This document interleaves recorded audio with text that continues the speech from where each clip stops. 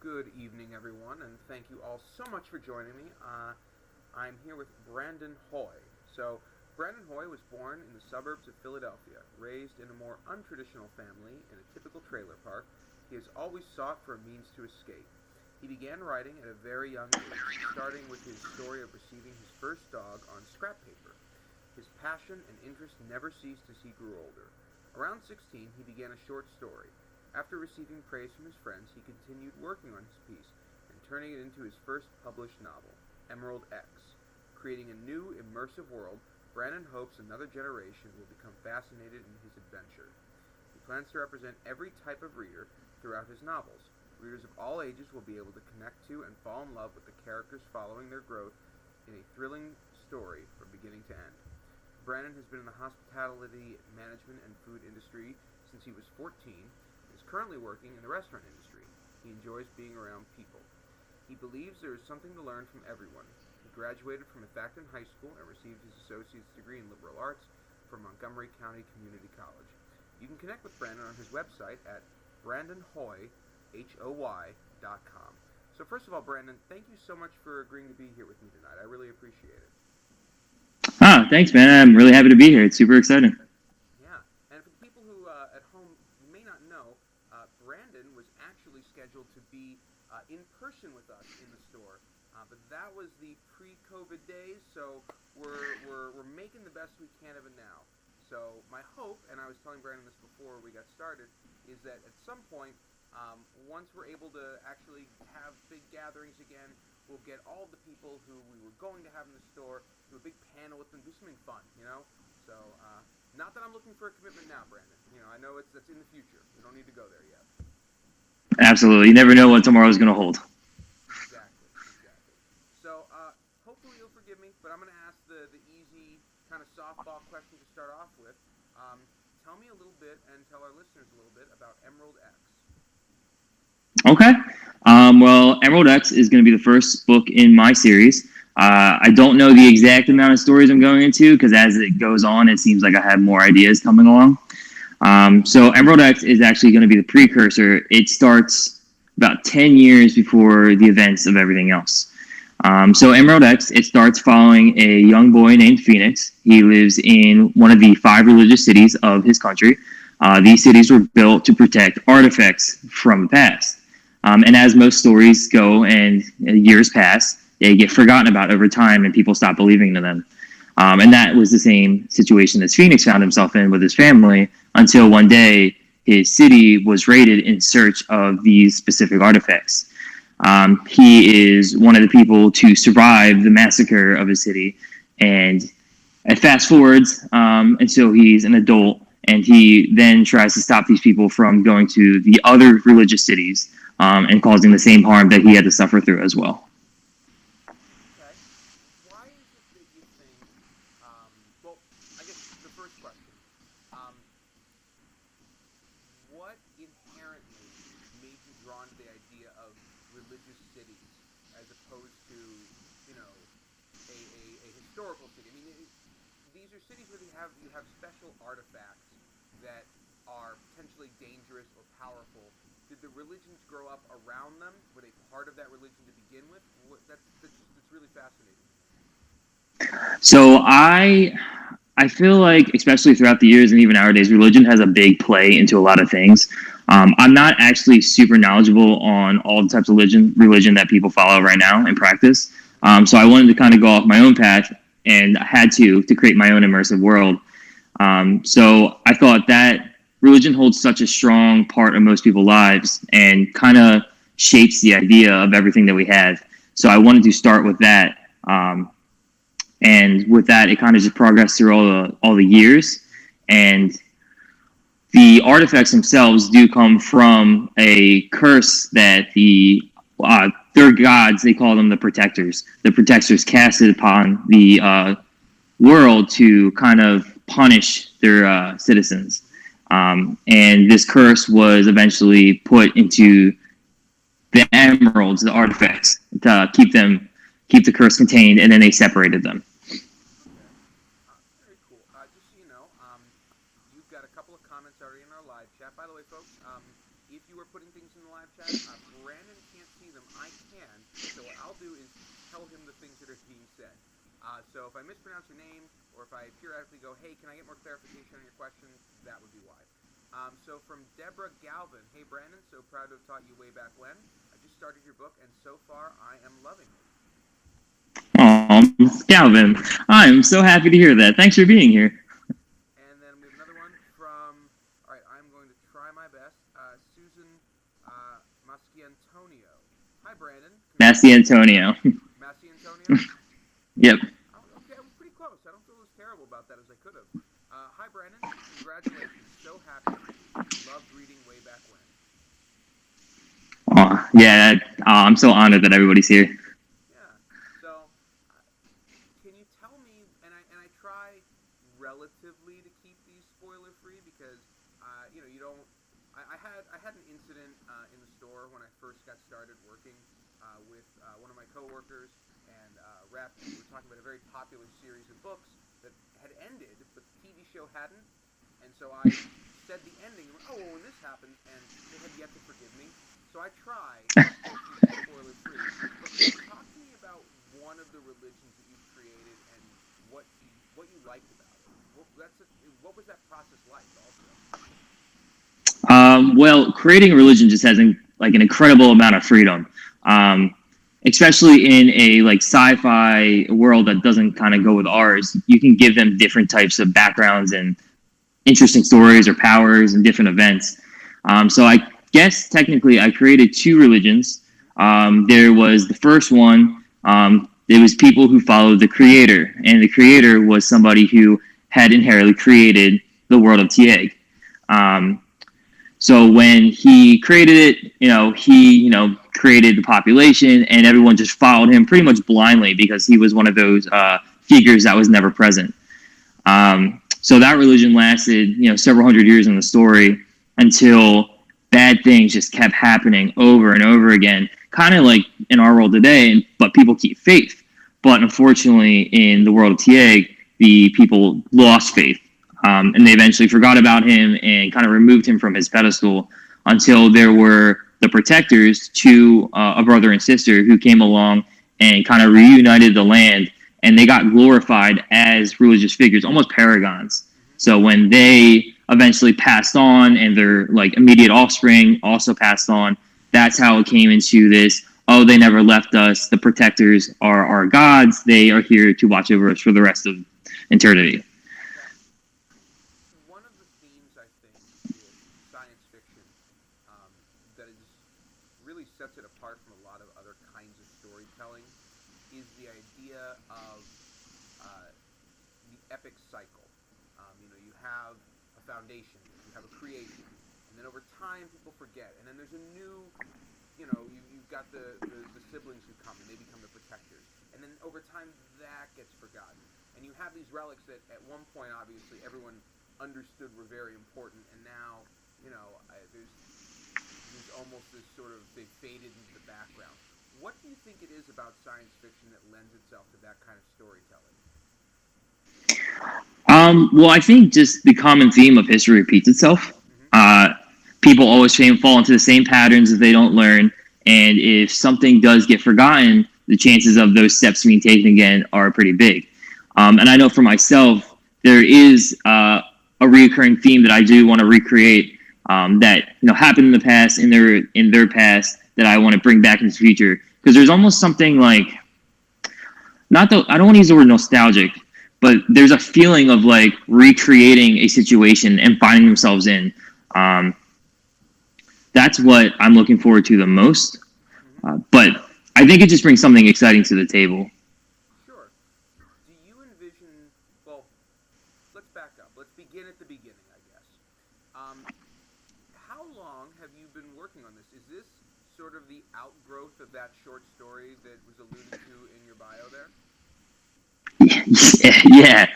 It's kind of funny how it all came about. As I started the story when I was 16, and as most people nowadays are familiar with or have dealt with, I was diagnosed with depression.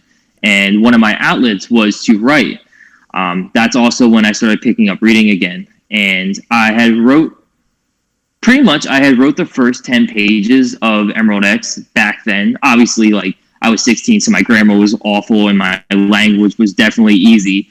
But I wrote a little short story just involving me and my life and just kind of, I guess, releasing some of the energy that I had. And I showed my immediate friend group at that time, had them read it, and they just expressed the emotions I wanted to. Like, they're like, oh, wow, that was sad, or, oh, I got really excited at that point, or I didn't expect it to come. And I just really enjoyed that feeling of being able to create the emotions I want them to see and want them to feel. And then somehow, some way, I don't even know how it happened.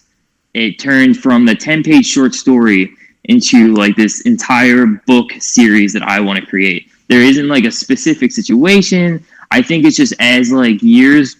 So it took me 1 year to create the entire rough draft of Emerald X. Again, as I was 16 and the language was terrible, the grammar was awful, it didn't have much of a plot, but it took me 1 year to do that. And as I created that story, I was starting to run into different situations I wanted to write. And I was like, oh, that'd be really cool to have a main character that feels this way. Or, wow, that plot line would be really cool to put into this story. And I think that's kind of how I got from just one book to 10. So you already have it figured out. It's going to be 10. We're not running into another epic fantasy series. There's 5 I could name here. Where we go, oh, no, it's maybe 3, well, maybe 7, well, maybe 10. It'll come next year. We're 10. That's what we're set at. I don't want to say I'm set at 10. As I mentioned earlier to you, as I'm going through the writing process and actually putting some words on the paper, for example, I'm currently in the midst of writing my 3rd book, and I'm not even halfway through what I want to get to. So I think I have to make it an additional story. Sure. So now I'm looking at 11 books. So, I mean, I don't know for sure, but I know it's going to be a long-running series. Okay. That's awesome. We've got 2 more comments. One from Jennifer Naples. Congratulations, Brandon. What a great book and a great achievement. So proud of you. Thanks, Mom. And then we've also got one from Karen Woudenberg. I'm going to go with Wowden. There's a U there. The book sounds great. Definitely something our students would like. I can't wait to get it for the Methacton High School Library. I hope you're able to continue the series. Oh, wow. I'm super honored. That's something I was hoping for this whole time. So that'd be great. I love that. Yeah. That's again, talk about coming full circle. You have a beginning and yeah. You're on the other end. You are Phoenix coming back and going, look at this thing. Yeah. When one of the things that I think is really important, and we talk a lot about, at least in the bookstore, is making people feel represented, making everyone feel like they can connect to books, to characters, to different ideas.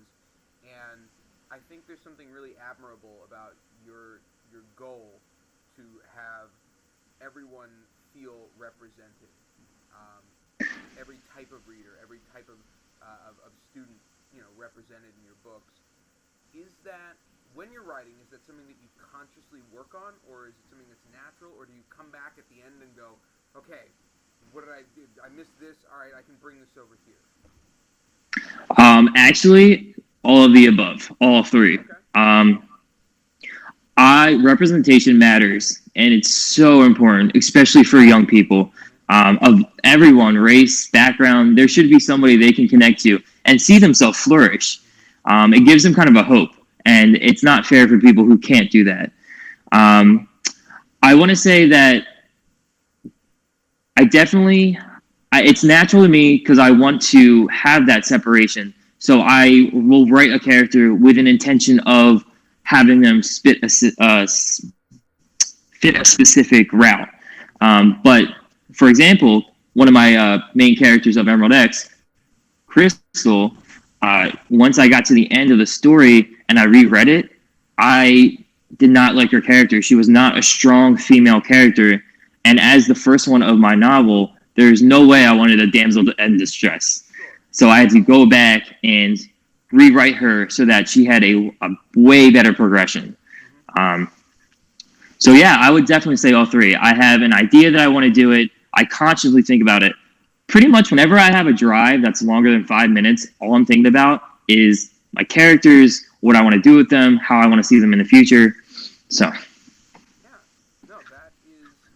I feel like it should be that way. I feel like it should be something that you are consciously, actively working on, but is an outgrowth of the of a specific thought. So that's spectacular. One of the other things, and you'll forgive me for a moment, I just got to note that apparently my audio, you're coming in clear, I'm coming in a little quiet, so I'm just going to tweak something real quick on my end. Try that, and then we'll do that. Okay, that should maybe make it better.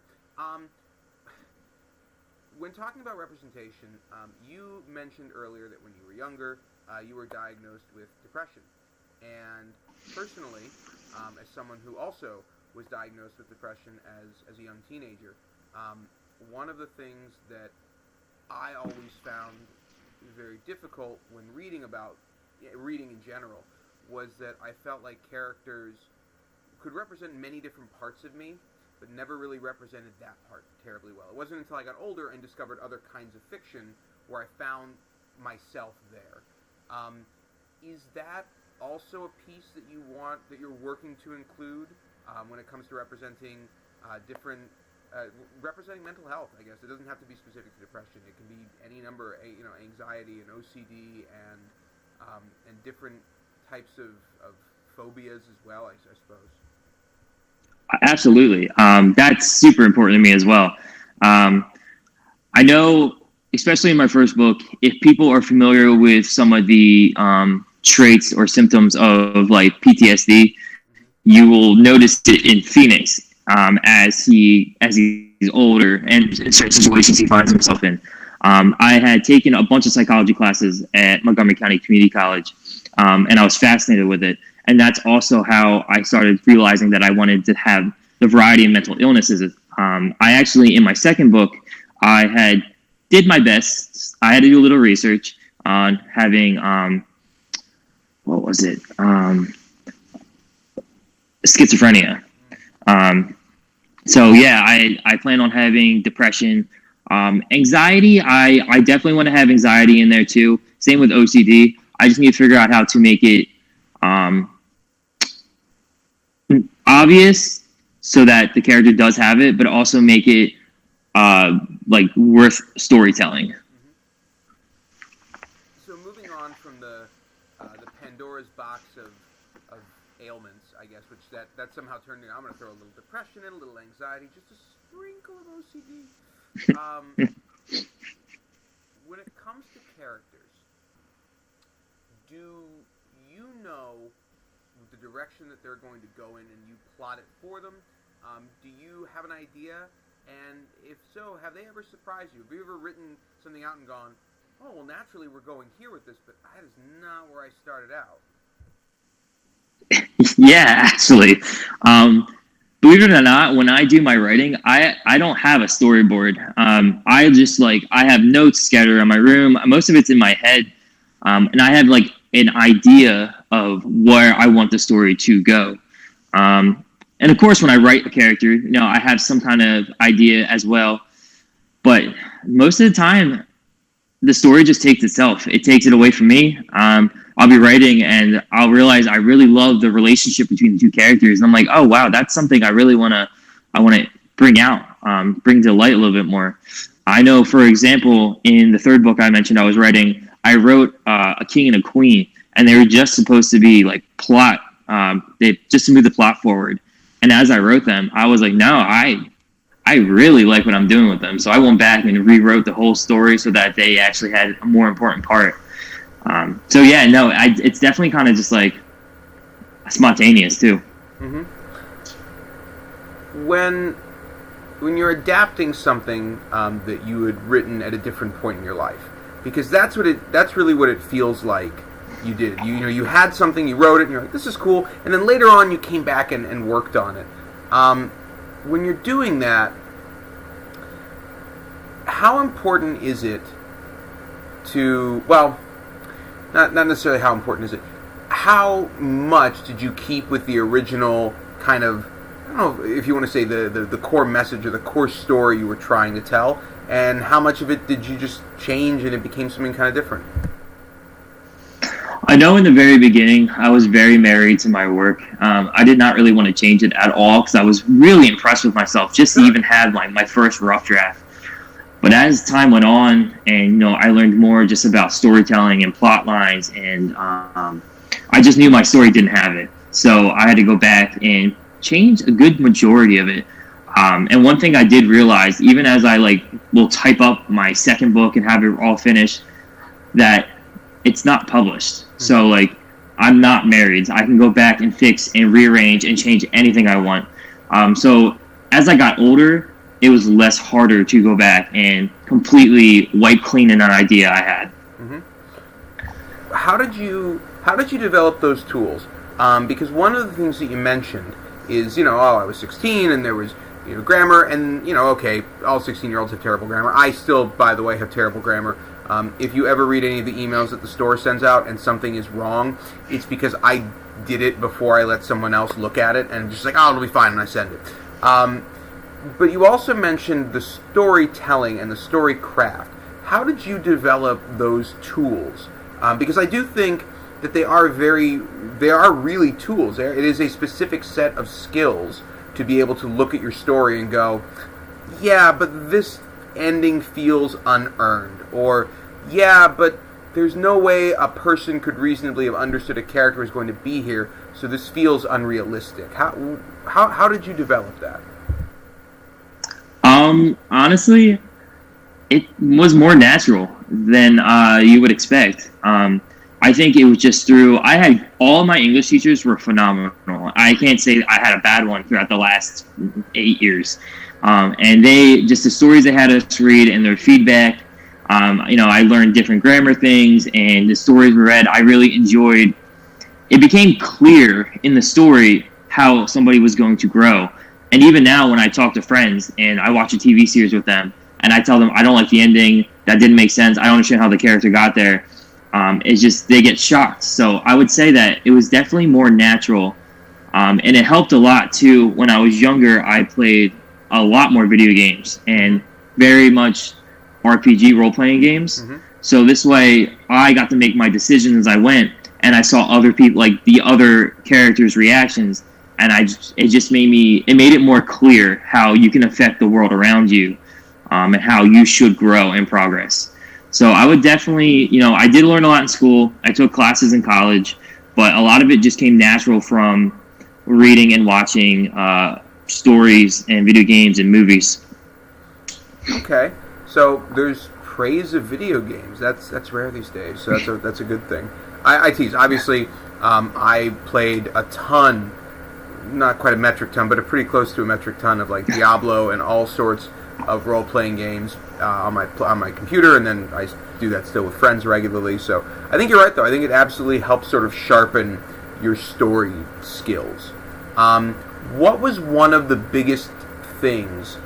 Well, I guess this is a two-part question. You mentioned that when you first looked at your original work, you went, I don't want to change any of this because this is what I want it to be. What was one of the things that was the hardest, as spoiler-free as we can, for you to change, and what made you do it then? If this was the one you're I really struggled, what was the struggle? Let's see. One of the hardest things I had to change, I guess it was just the main character, Phoenix. Initially when I wrote him, he was that trope where he was just the overpowered superhero. Nothing ever bad happened, didn't get hurt, never lost a fight. Mm-hmm. And honestly, that's what I wanted. Because I reflected myself into him. I was that's what I want to be invincible when I'm older. This is exactly how I want my 26-year-old to be.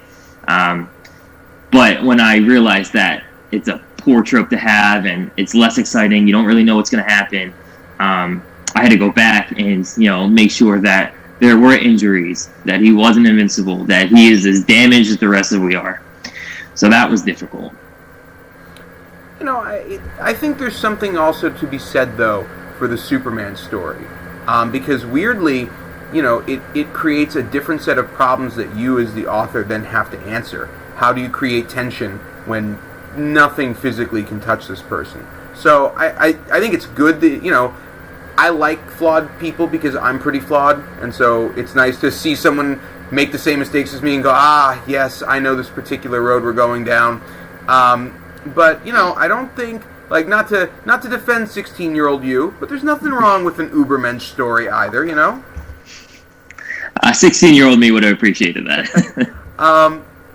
So let's move past the creation a little bit and into more of the overall theming and space that your story takes place in terms of science fiction kind of as a whole. So before the show started, we were talking a little bit about what I call the grading scale of sci-fi, and you've got on the one end very hard science fiction, where it's very clearly based in real science. There are some leaps, but it's about how does this work? Well, it's based on this particular principle and a theoretical answer we might have to it. Things like Cixin Liu's three-body problem come to mind. Things like Isaac Asimov's Foundation series come to mind. And then on the other end of the spectrum, you've got science fiction that is very close to magic. It works because of the space-time continuum. You don't need to ask any more questions. And you've got things like Star Wars, obviously, is the classic example, but I would also put Dune over there as well as something where it's not the science isn't what matters here. Where do you sort of see Emerald X on that timeline or that continuum? So I would definitely say it's more towards the magic side of it. Mm-hmm. I know later in the series, I plan on embracing the magic and like just creatures and different species. But I really wanted to keep away from just the real world science that we have. Though, like, I follow some of the logic, just like, the suns make it hot, the weather changes. Mm-hmm. And in the book, they are kind of on the verge of technology. They don't quite have it just yet, but the people with money do. Mm-hmm. I did want to say it's a lot funner. It's just funner to write, and it's more enjoyable to write like something where I don't have to like reference this like our world. That kind of takes the fun out of the whole fiction part. Yeah, no, I mean there's nothing wrong with a story that's set on an oil rig with people having cell phones, but also I don't know. There's something, at least to me, and I am an unapologetic sci-fi fantasy nerd. There's something more fun about different technology because I want to play with it. I'm like, ooh, what would that be? What would I do with a laser sword? What wouldn't I do with a laser sword? So you talked a little bit about Phoenix. What can you tell us about some of the other characters that you've got?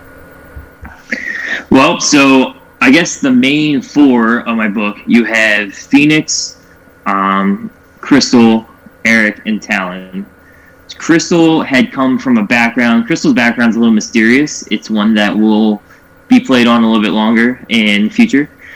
She is raised by her grandmother, and her grandmother is a little more old-fashioned and definitely disciplined. And Crystal was in a very abusive situation with her. But she eventually gets away from that, and she's the first one to find Phoenix. And she undergoes her own transformation into this sheltered, budding female into a strong-willed, independent woman that I plan on writing her throughout the series. Eric is the next one to come along. Mm-hmm. He is actually has a husband that he's married to, obviously, husband, and they have an adopted son. And the three of them live in a ransacked, kind of forgotten town that everyone has been raided, kidnapped, ran away kind of thing. And they're just there because that's where their roots are. Eric's background is kind of one of a sad nature just because of the city that he grew up in.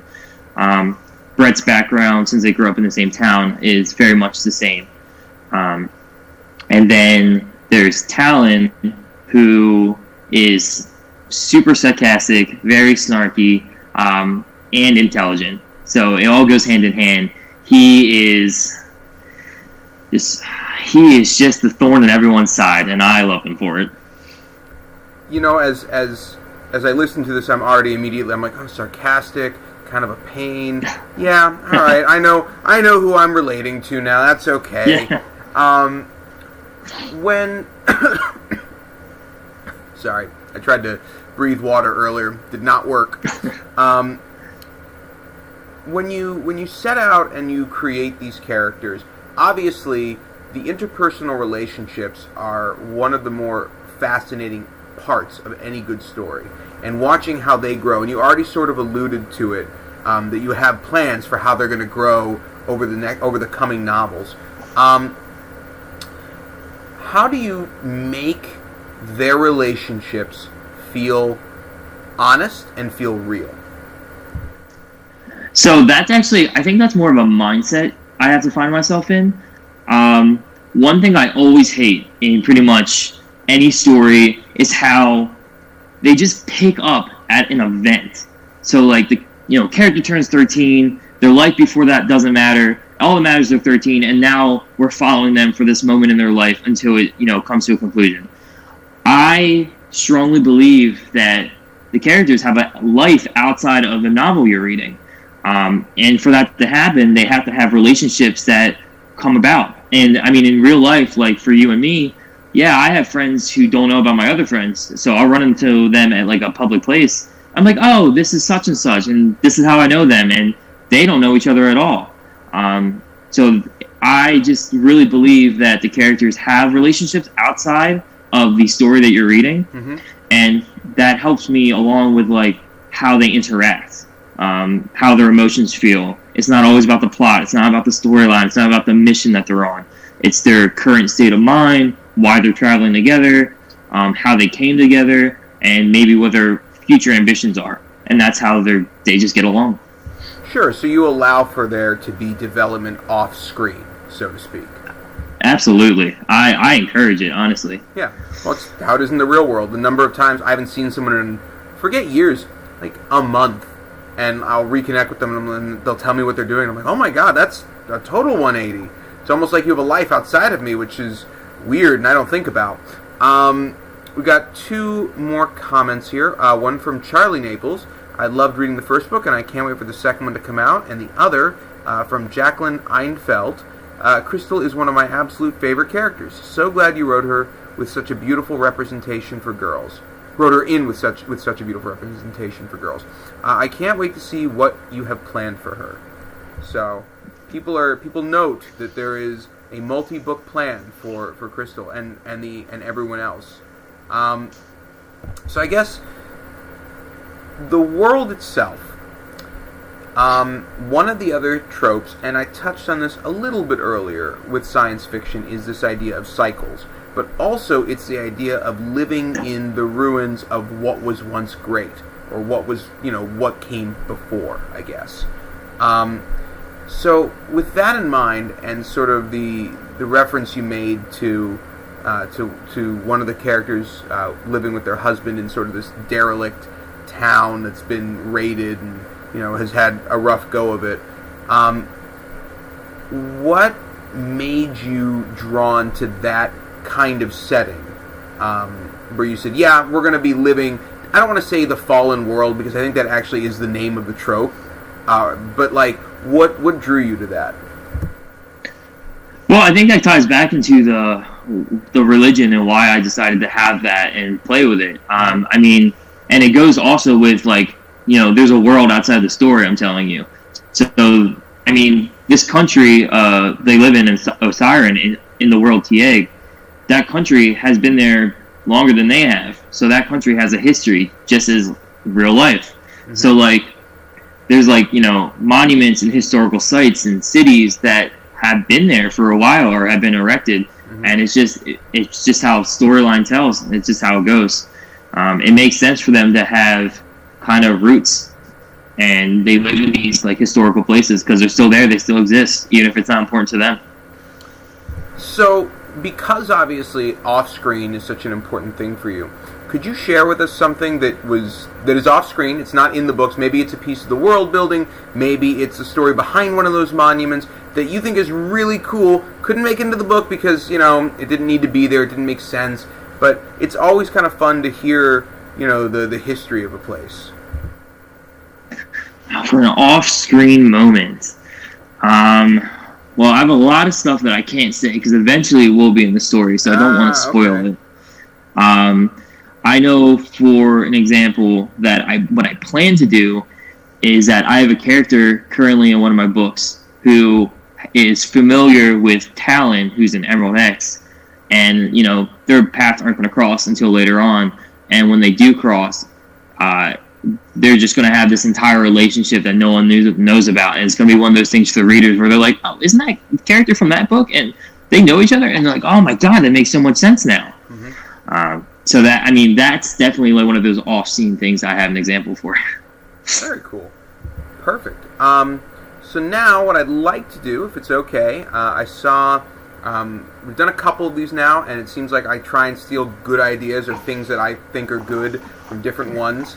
But somebody did a lightning round towards the end to sort of just get some off the cuff answers. So if you're open to it, I'd like to try and do a lightning round with you. How do you feel? Nervous, but I'll do it. There's nothing to be nervous about because really there are no wrong answers. Like that is the important thing, is you cannot answer these questions wrong. It is not possible. All right, so first question. We talked about this earlier. What was the book or series that really got you into reading? As a kid, it was the Magic Treehouse series. I just loved all those stories. But as I grew up, it was the Percy Jackson series from Rick Riordan. I love the Greek mythology. How much has Greek mythology potentially influenced the world that you've built? Just the way how all their gods interacted with the people, and all of the gods' relationships and how it affected their citizens. I took a little bit of that from there. Sure, so the gods are definitely us, just writ large, so to speak. Oh, absolutely. All the gods we have, they just they share the same exact emotions we do. Rage, jealousy, envy. Yeah, fortunately for me, when I get upset about things, I don't just make thunderstorms. All right, next rapid-fire question. What is it, if nothing else, that you hope young readers take away from your books when they're done with them? I want them... this goes back to the representation. I just want them to find somebody that they can relate to and look up to, like as a role model, or just like somebody that they can be like, yeah, somebody else out there is like me, and know that there is hope for it. What was a book that made you feel really represented? Not necessarily a book. It was a TV show. Okay. But now that I'm put on the spot, I can't think of it. So this is awkward. No, it's okay. We'll put a pin in that and we'll circle back to it. Okay. Yeah, that's fine. For me, it's anything with snark. Anytime anyone's kind of a snarky, sarcastic jerk, I'm just like, oh no, there I am, yay. All right. So, what to you is the real difference between a science fiction and a fantasy novel? Well, the science fiction, I mean, there's still real-world elements to it, just like things that people can relate to normally. I feel like in a fantasy novel, everything's absolutely foreign. There isn't anything that someone can be like, oh, yeah, I know what they're talking about. Usually they have... I mean, I have developed terms for certain things, but I feel like in fantasy stories that they just have a new name for absolutely everything, even if it's ordinary. Okay. Yeah, instead of calling it the fork, they call it the sporkle. Yeah, it's always kind of fun. What are 3 tips that you could give young writers, to the 16-year-olds who are there writing their, doing their first 10 pages now? What would you tell them? Definitely don't give up. I mean, your words are important, and somebody will love your story regardless. So I guess that's 1 and 2 is don't give up. Always keep writing. Someone's going to love it, even if someone doesn't. I mean, you can't please everybody. And the third thing is, I mean, if you're doing it for fun and you're enjoying it, never stop. And don't ever be ashamed of it. When somebody says, what do you like to do on your weekends? You go, I like to read and write. I think that's awesome, and you should too. I think that's such a great answer. I love watching people talk about their books, which is why these are so much fun for me to do. But I was watching an interview with Brandon Sanderson, and he was talking about that exact thing. And I've stolen it from him many times, but, you know, he says, like, yeah, when people talk about going and playing basketball on the weekends, nobody ever goes to them and goes, oh, when are you going to go play for the NBA? That's not a thing. It's just, we all recognize that playing basketball is healthy, and it gets you out, and it's a good thing, and it should be the same way with writing, too. Like, if it's a thing that makes you happy, that is what you should be doing. 100%. Just do it. Exactly. All right, but let's talk about, you know, being in the book world for a second then. What was it like releasing your first novel, especially under what could only be described as some unique circumstances? So luckily for me, I didn't realize there was a pandemic about to, you know, involve us. So that was kind of just out of hindsight. But releasing the book was just, there are not enough words to explain how I felt. I know, so I had my official first book release at a restaurant called Chadwick's in Audubon, PA. And the support I had was just astounding, breathtaking. I was so humbled. I had people in line just to see me and purchase my book. People said they were in line for 40 minutes. The line was out the door the entire time. That, to me, just, it blew my world on how people from all aspects of my life showed up. From just like middle school, high school, college, all different jobs I had, people I met through other people. People drove an hour and a half to see me. I don't think I even deserved all that love. Wow. Well, Brandon, you're going to make me choke up, so thank you for that. No, I think that's wonderful, though. I think that we as readers, we as people have, you know, images in our head about different kinds of careers. And there's definitely an image, for me at least, when it comes to writers. You know, the writer has to have their writing desk, and it's in a cabin in the woods, and no one can disturb them because they have to write, and it feels very solitary. But everyone I've talked to so far, at least, it's not solitary. Maybe the writing part of it is, maybe they're like, no, I need like to be left alone so I can write. But the process of creating their book is not a solitary one, and it does come with the support of people around them. So I think that's really cool that everyone was there for you, and it's wonderful that you recognize that as well. That's great. Yeah, no, it was an experience I'll probably never be able to recreate. And I'm really glad that the opportunity finally arose where I was in a situation, had my book published, and I could just have that experience. Yeah. All right, so that does conclude the lightning round, and then if you can, I got 3 more questions. They're a little deep, a little diggy, so I hope that's okay. And if not, you know, it's just live. It'll be fine. I'm kidding. They're really not that deep. They're my last 3 questions, so I was like, give them a little oomph. So the first one is,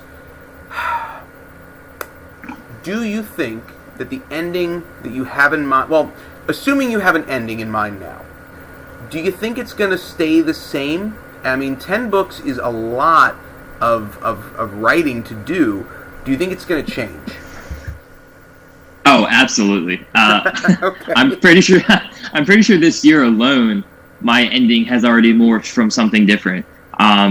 Just because when I originally created my ending, probably when I was 18, and I had one, and I still have parts of it that I want to use, but a lot of it was just like a childish way to end the book, in the book series. So I'm pretty sure by the time that I have the 11th book done, if that's like 6 years from now, it'll be completely different than I thought it was when I was 18.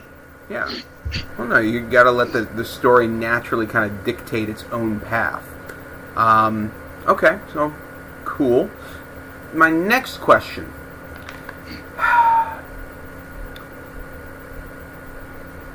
Did you feel, or do you feel, I guess, that you've got more stories to tell, or is this is the story that you want to bring out? I mean, you know, again, not that I'm already planning for when your 11 books are out and I go, okay, well, Brandon, what's next? But do you think this is the kind of thing where you'd want to revisit this world, or do you have other things that are maybe simmering a little bit? So it's funny that you actually are asking that. I've been asked that probably 3 times in the last 25 days. um, I would be thrilled to write a different genre and go down that path. But I have to spend so much time on this series alone that I couldn't even possibly think about it right now. Yeah. But when it comes to like revisiting this world and going down a different loop, I actually had already started something along that path. Oh, very cool. I'm not sure if you're familiar with the video game trilogy Mass Effect. Yes, I am. Decidedly. I am completely fascinated with just the lore and the background of all the different species that they did throughout the galaxies. And why am I limiting myself to like a human race in my world when I just have so much more potential? And actually, when you read Emerald X, I hint to the possibility of going down that path already. And if any of the readers find it, I'd be happy to hear it. Okay, so there are potential Easter egg spoilery type things to be found. Yeah, all right, definitely. All right. And I guess my last big question, I suppose. What allowed for you to have the ability to finish this book? Because again, you're 26 now. You were 16 when you first wrote this. What made you go, you know what? This is the time I'm going to write this. Do you mean just like the first book initially, or like the entire series? Really, I guess the entire series. Was it from 16 to 26? Was it always there that you were like, I gotta write this. I'm gonna write this. I'm writing this as I go. I'm thinking about it now. Or was there a point where you kind of walked away from it and then came back? And if so, what made you come back? So actually, after the first year where I had the first original rough draft of Emerald X, I already had my second idea ready. So I actually started the rough draft for the second book. I think, by the time I ended high school, so 18, 19, that's when I had this idea of like, all right, I'm probably going to try to do a 10-book series. I never had much hope of getting it published. Everyone always tells you that, being an author, doesn't make the money. You're not going to go anywhere. The chances of you becoming famous or, reaching like a J.K. Rowling or Rick Riordan's kind of standard, is very slim. So I was like, there's not much career path in this, so I'm just going to do it in my free time. I'm going to enjoy it. And if one day I finally find someone who's willing to work with me, then I will start putting more effort and time into it. So I guess there was a time where I didn't necessarily walk away, but I kind of just pushed it to the back burner. And, maybe like once every couple weeks, I open it up, crack it open, write a few pages, reread it. And then once I think it was about almost 3 years ago now, I came across a friend who also had gotten published. And I remember I was more envious than excited for him, because I was like, man, I've been sitting on this for years, and here you are with a published book after like only an interest of a single year. And he actually led me to the publishing house, Owl House Publishing in Lancaster, and I was talking with them, and that's how it kind of just reinvigorated everything again. And it actually gave me that light for the future of like, this is a possibility. It's great. I think, and by the way, it's very natural. I love my friends, but when there's something that I've maybe always wanted that I now see them getting, whatever it is in life, there is definitely a part of me that's like, it's cool that you're doing that thing that I've always dreamed of doing. It's fine. Glad you're further than me. Yeah, I think that's perfectly normal. So, yeah, that's great. I think that so many people, walk away from the things in their life that really they want to do or that would bring them meaning, because whether it's because of just life happens and you got to make bills, or you got to pay bills, or they forget about it. It's a really great story that you've not come back to, because you never really left it, but that you've got to do this. So that's wonderful. If you'll allow me, I'm going to do a slight shameless plug now. for your book in our store. So, if you were listening to this and you went, gee, that sounds interesting, I'd read that. I like Ancient Relics. I like Doom. I like, Doom. Then you can get this book at Town Book Center in Collegeville, Pennsylvania. And if you don't live in Collegeville, Pennsylvania, and I don't know, you like these videos, you think it's fun to listen to us get to talk to authors, you can still support your local bookstore and also a local author all in one go. You can get the books online from us at townbc.com. It's TOW, N as in Nike, E as in Echo, B as in Bravo, C as in Charlie.com. So once again, Brandon, thank you so much for being here with me tonight. This was a lot of fun to do. It's always nice to just get to talk to people about their books and not have to worry about, oh man, did I pay my rent? I paid my rent, yeah. No, it was absolutely a pleasure to be here. I'm super stoked. I'm glad that even though the pandemic happened and it's still happening, that we were able to make time for this to actually occur. Yeah, this was good. This was great.